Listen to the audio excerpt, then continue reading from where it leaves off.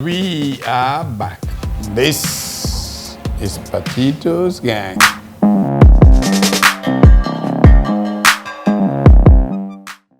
25 years, the scintillating titillation of the reality of our day has gotten some input from a group of people who like to express their thoughts aggressively, but with mind for rational public conversation. That is Patito's Gang.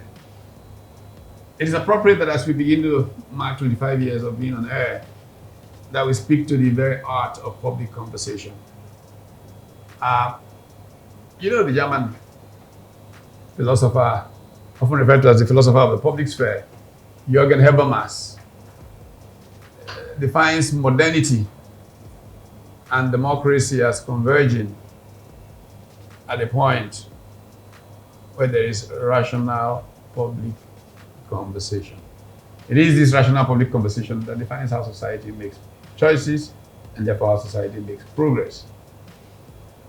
The problem with democracy in Nigeria is that we have not always had rational public conversation.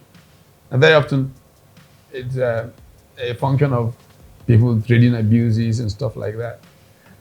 How can our democracy be more reflective of the public sphere as projected by Jürgen Habermas? What will reduce this pressure of us versus them, reason versus emotion in public conversation? I think this is an appropriate place to start Patito's Gang after 25 years of serving the Nigerian people. So, gentlemen, and it's a shame that we don't have any lady on this particular gang. And then we'll talk about, by the way, people who've been through Patito's Gang who've left us. And one of them is a lady, so we'll get to that. Why is public conversation in Nigeria so steep more in the direction of aggressive abuse without well-reasoned positions? What's it that makes it that way? I don't know. What do you all think? Okay. Motion without movement. Vaughan made it also clear that public conversations should have some tinge of vision, a goal towards what we want to achieve. And like they say, empty barrels make the loudest noise. It is only when you do not have substance to a conversation and you just want to be heard anyway, that you now then come to the marketplace. As Kotoyo will say, marketplace economics sometimes. You go pidgin, sometimes you go Latin. I don't know if you can go 250 or more languages that we have in Nigeria. But Prof, in all honesty, for you to be able to make sense in public conversation, you must be ready. You must have the knowledge. But beyond the knowledge, Prof, is what I see that is lacking. The moral rectitude, the ethical wing to make you fly. When you say, do what I say and not what I do, and people will readily look at you and say to you that, Prof, Prof Aki, Prof Ebere, Prof Abraham, this is what I think you are saying, but in your compartment, in your privacy, we see you doing something different. So it has to be knowledge, it has to be character, it has to be an encompassing understanding. Sometimes you say, think global, act local, should not diminish the fact that where you are going and that the goals must be smart, okay? And time-bound in such a way that we can act what we say we do. In Nigeria, unfortunately, Prof, you will remember back in the times prior to 1999, the public conversation within the organized private sector, which I know you are a part and parcel of, and I mean that's not to recognize How Patito's old gang, have you hanging out? Patito's gang in the last 25 years. You know, I mean, the likes of Pinny Jason, Yes, a penny, my man. and his disciple of corruption, being proportional to how you move towards a seat of power, to Ruben Abati, back in those days. The Ruby. And then, of course, up to about the latest, we've lost quite a number of Dr. Austin is the latest loss from... Dr. Austin Nweze, who always say that public conversation should be what will enhance the public good. It should be about you and less of I, and looking at the overall objective. So, public conversation can still work in Nigeria. And I was going to make an allusion to you when you talked about never again. Almost say never again. The military action, but Prof, never again. Over 20 years again, and yet we are still 30 years actually. Never again. And we are still marching the same spot, or perhaps even regressing. I think it's a shame. But things can change in the right direction. Generational thing. Perhaps Abraham can bring a perspective, because I see young people are less.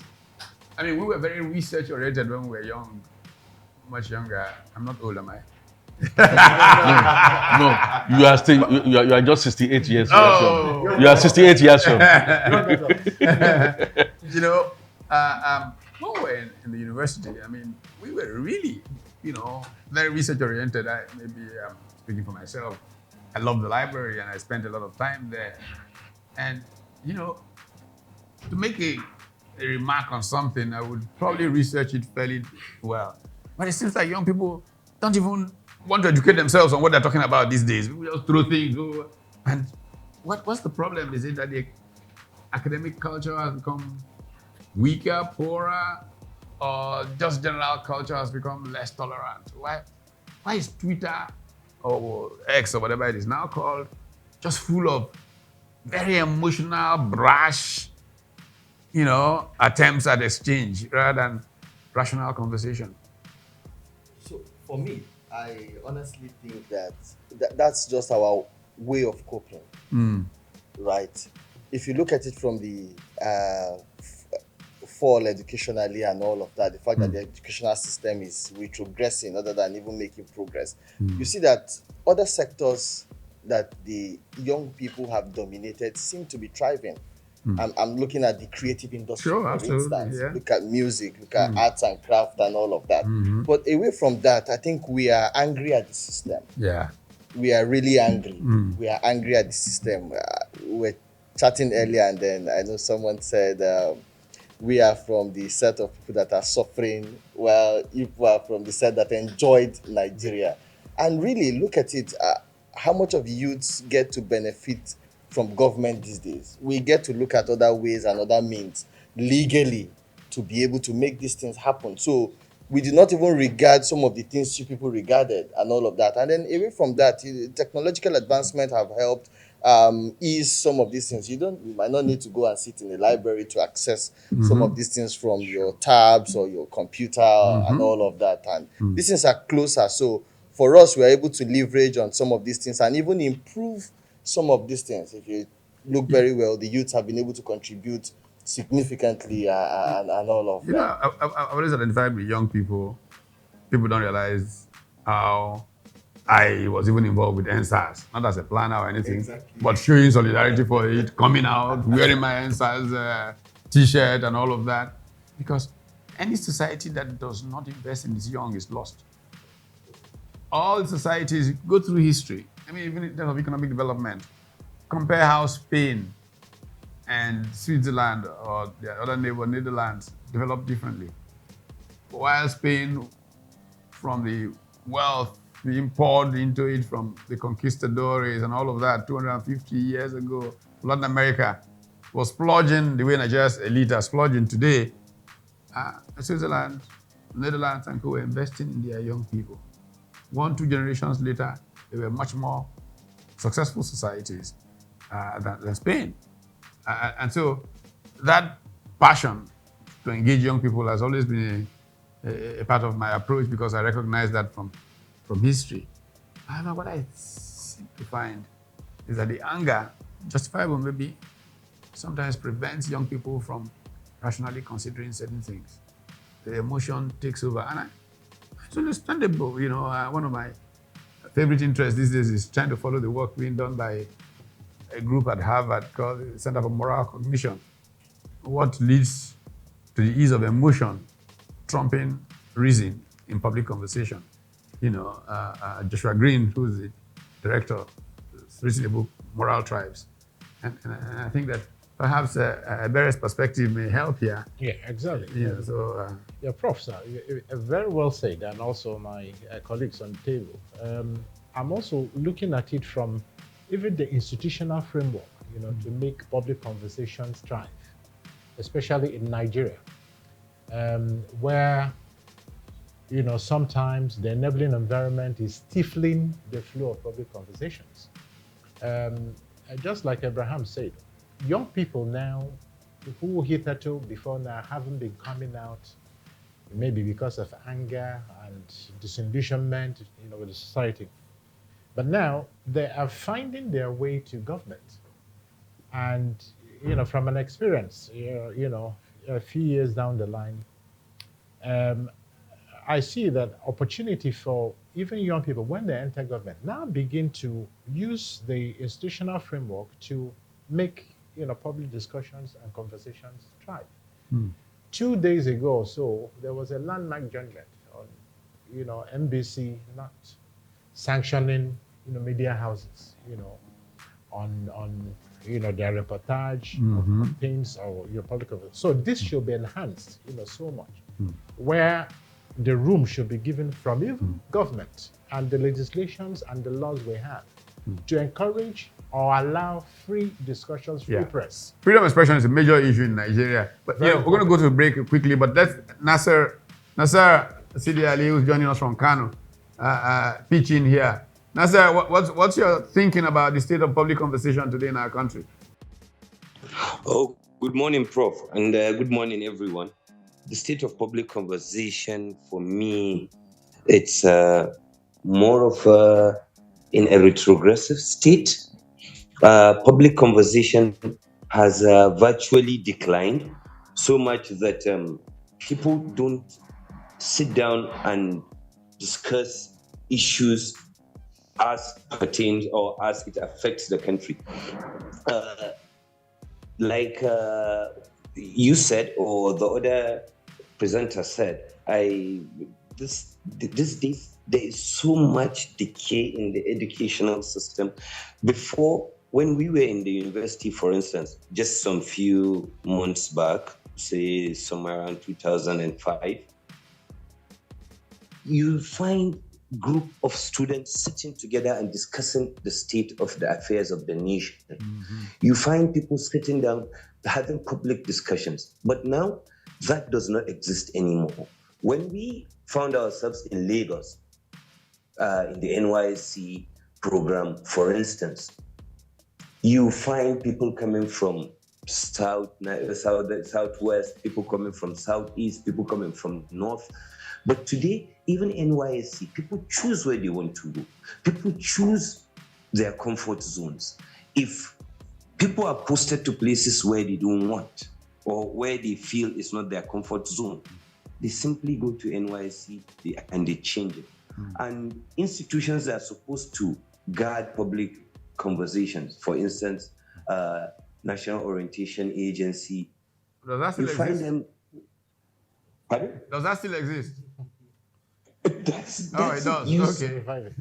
They exist, but they are no longer forging in the direction used to to be. which they created. Okay, Nazar, hold your thunder. Let's take a break. When we come back, you know, we'll take on this issue some more. This is Patito'S Gang, and we'll be right back.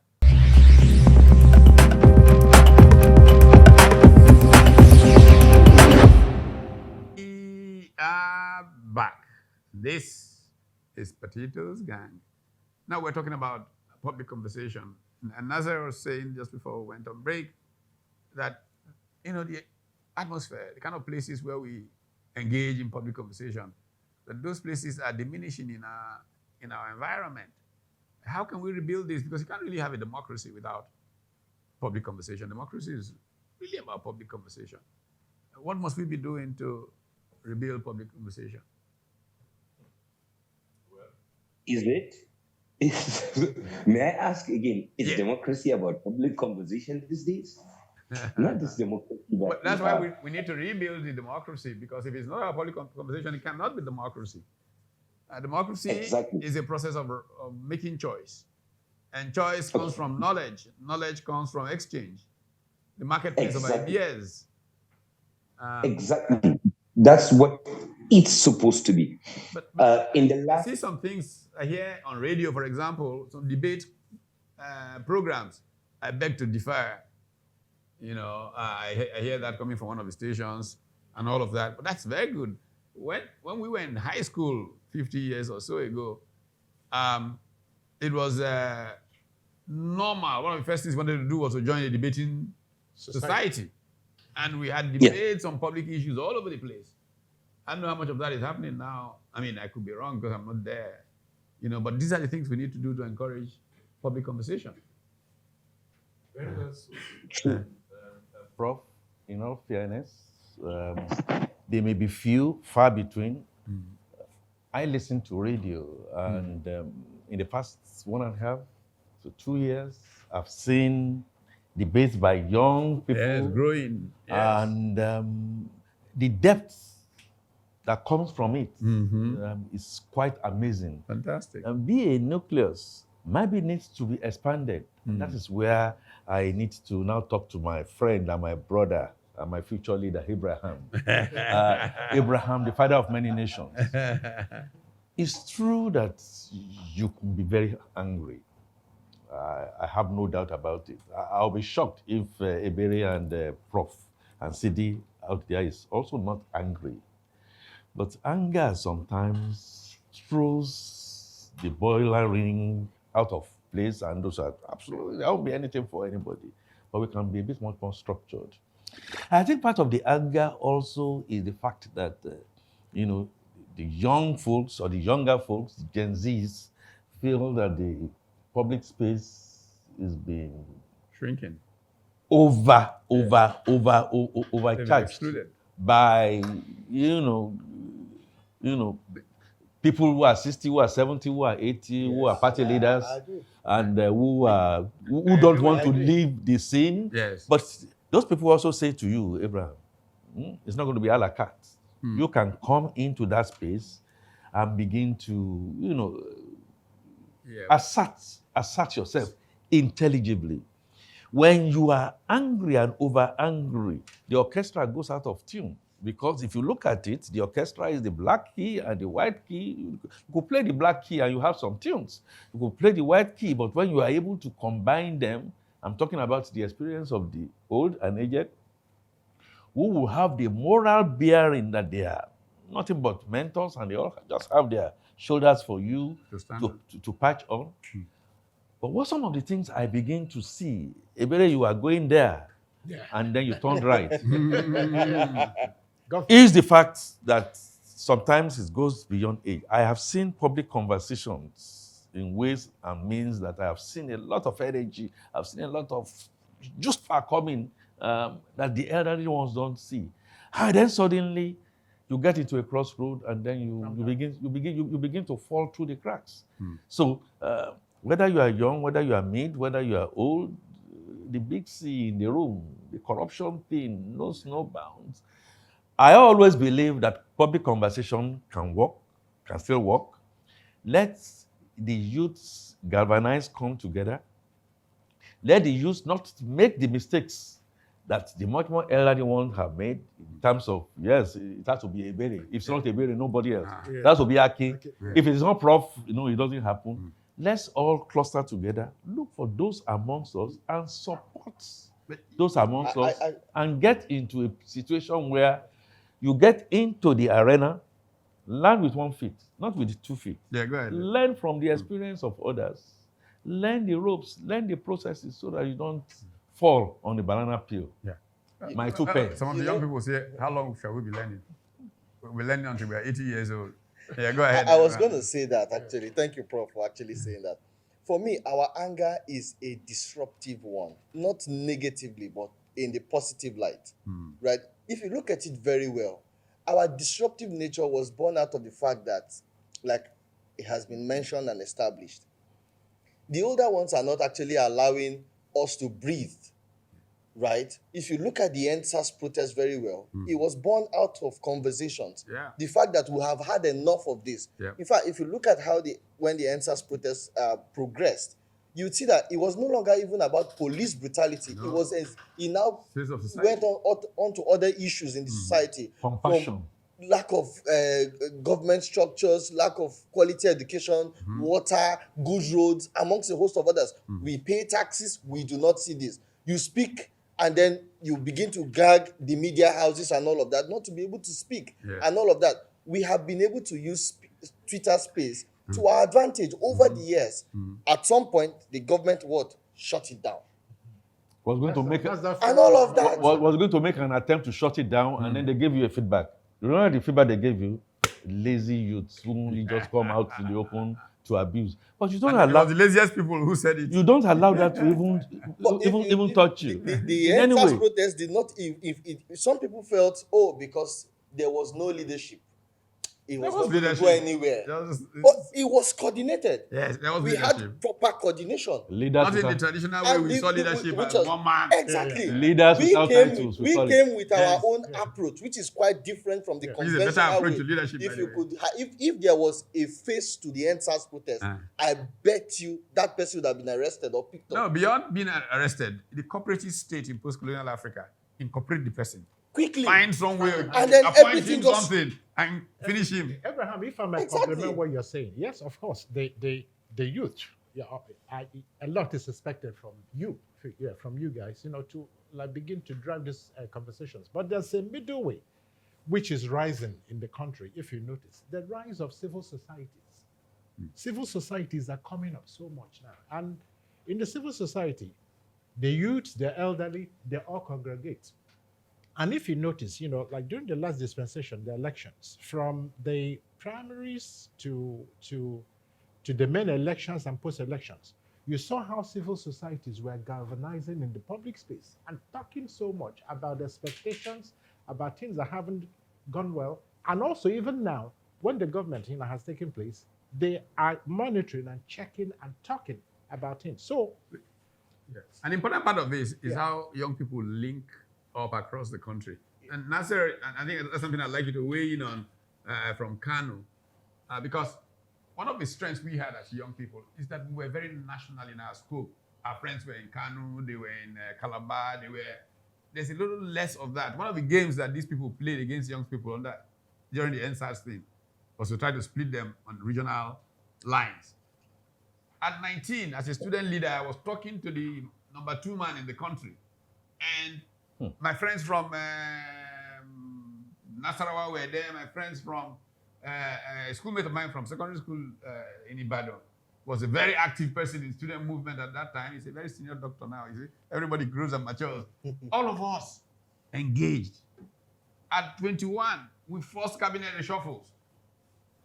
And talking together, working together cross country. Nasser, what do you think is militating against that these days? Exactly. As you have said it, there's supposed to be a connection between the youth across the country. But as I have mentioned earlier, the programs that are supposed to be the platforms or hubs that the youth can come together are either arrogated systematically, or they have been how do I put it, decayed, that they don't perform that feature which they should perform. For instance, as I have mentioned earlier, let me take you back. The NYSC program, this is a program that is built to have people come from across regions so that they would rub minds together, understand where they are coming from.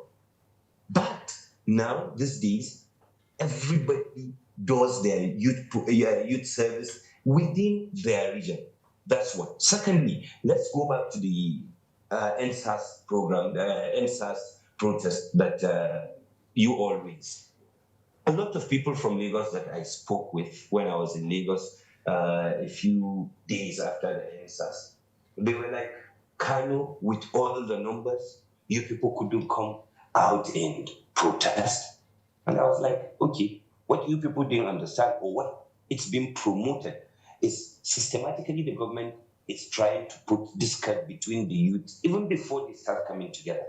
In Kano, the very first minute when the youth started gathering around Kopar Pampo, that's very close to BUK, one side, they were descended upon in a very, very, very, very wicked manner.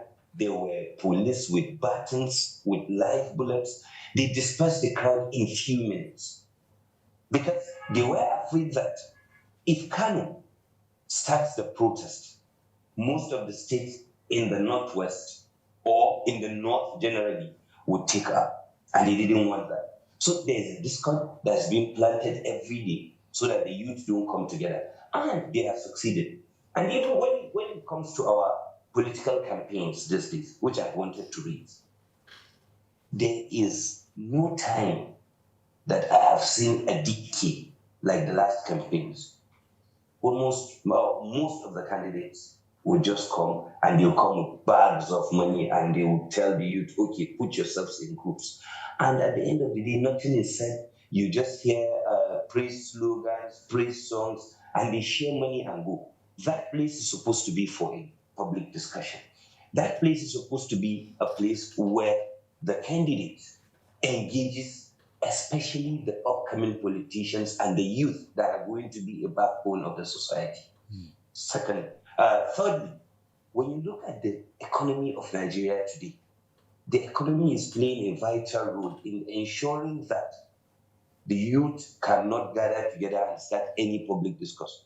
Because for you to feed these days, and for you to feed these days, in a day, you would need nothing less than 2,000 naira. And then there is no jobs. There is no